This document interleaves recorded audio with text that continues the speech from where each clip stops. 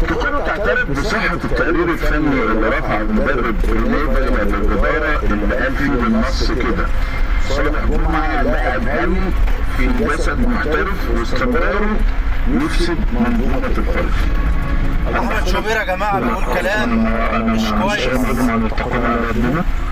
عايز يوقع الدنيا كلها ببعضها. هو اصلا سافر ما رجعش.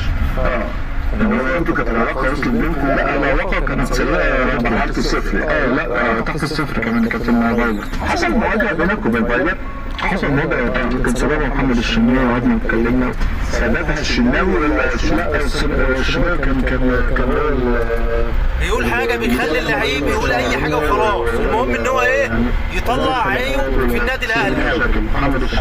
ليه كده يا جماعه؟ شوبير يا شوبير انت اهلاوي يا عم. بدل لو رجعت تمرين تاني